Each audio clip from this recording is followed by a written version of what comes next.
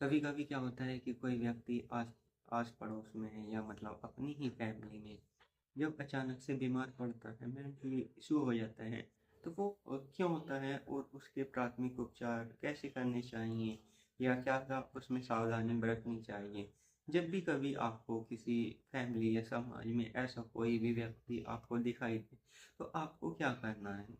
सबसे पहले उसे आराम से बिठाएं, बिठाने के बाद यदि गर्मी हो तो हवा चलाएं, उसके ज़्यादा कपड़े पहने हुए हैं तो कपड़े निकाल दें। निकालने के बाद आपको क्या करना है, यदि कोई व्यक्ति वो अजीब अजीब हरकत करता है जो कि मतलब उसने कभी ऐसी एक्टिविटी नहीं करी है, तो उसको आपको ठीक करने के लिए कुछ प्राथमिक उपचार इस तरीके से हैं कि मतलब उसे थोड़ी खुली हवा में ले जाएं, उससे थोड़ा मन की पूछे, उसकी पहले उसकी सुने, अपनी तरफ से कोई भी उसको बातें ना थोपे, उसे कोई भी मतलब बीमारी का उसकी कोई भी बीमारी का नाम ना दे कि ये मानसिक रूप से परेशान है, ये पागल हो गया है, क्योंकि उससे उसकी तबीयत और भी खराब हो सकती है।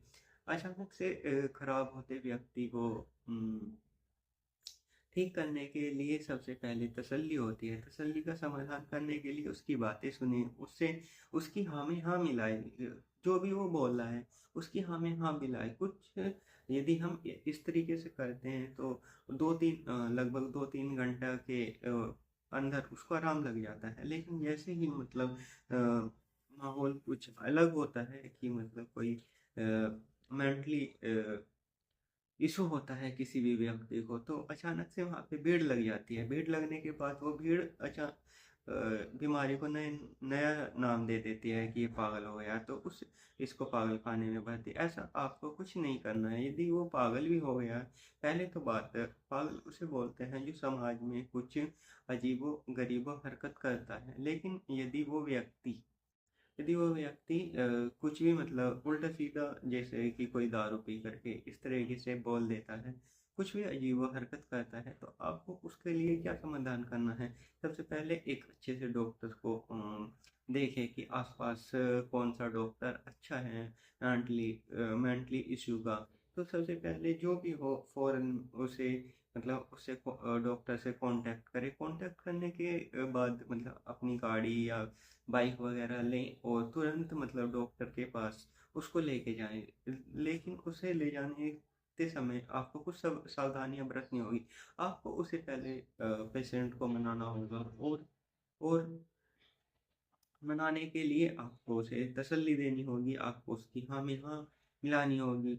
हो सकता है कि वो डॉक्टर के पास ना जाना चाहता हो, लेकिन आपको कैसे भी करके उसे समझा बुझा करके जो जबरदस्ती नहीं करनी है और उसको डॉक्टर के पास ले जाना है, क्योंकि डॉक्टर ही मेंटली इस बीमारी का समाधान कर सकता है। और डॉक्टर हो सकता है कि वो व्यक्ति 3-4 दिन से सोया नहीं हो, या हो सकता है कि वो किसी भी मतलब 3-4 दिन से या इससे ज़्यादा दिन से किसी भी चीज़ को सोच सोच कर वो परेशान हो चुका हो, और वो मतलब फर्स्ट एड चाहता हो, वो रिलैक्स चाहता हो। तो जैसे ही हम उसको डॉक्टर के पास ले जाते हैं, तो वो क्या करते हैं, वो मतलब थोड़ा नींद वगैरह की गोली देते हैं। उससे नींद अच्छी आती है और कुछ समय के लिए वो ठीक हो जाता है। फिर उसके बाद क्या उसकी मतलब ट्रीटमेंट चलता है लगे। लेकिन यदि आप उसको जो जबरदस्ती करके और मतलब समाज पे थोपे गए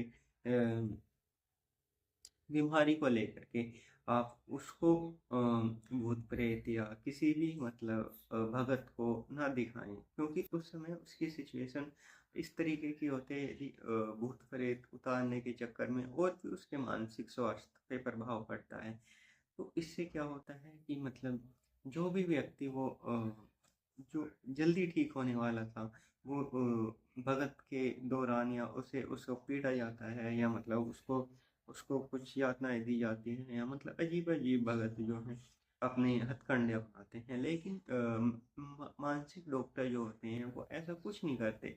वो सिर्फ बैठ करके बात करते हैं कि आपको क्या हुआ है क्या नहीं हुआ है, और अच्छे से बात करते हैं। उसी डॉक्टर को ले जाएं जो उसकी अच्छे से बातें सुने और उसका अच्छे से ट्रीटमेंट करें। उस डॉक्टर को कभी न ले जाएं जो मतलब देख करके ही गोली देता है। उससे पहले ऐसा डॉक्टर चुनें जो उसकी बात सोच समझ कर, उसकी हिस्ट्री जान करके उसको दवाई दे।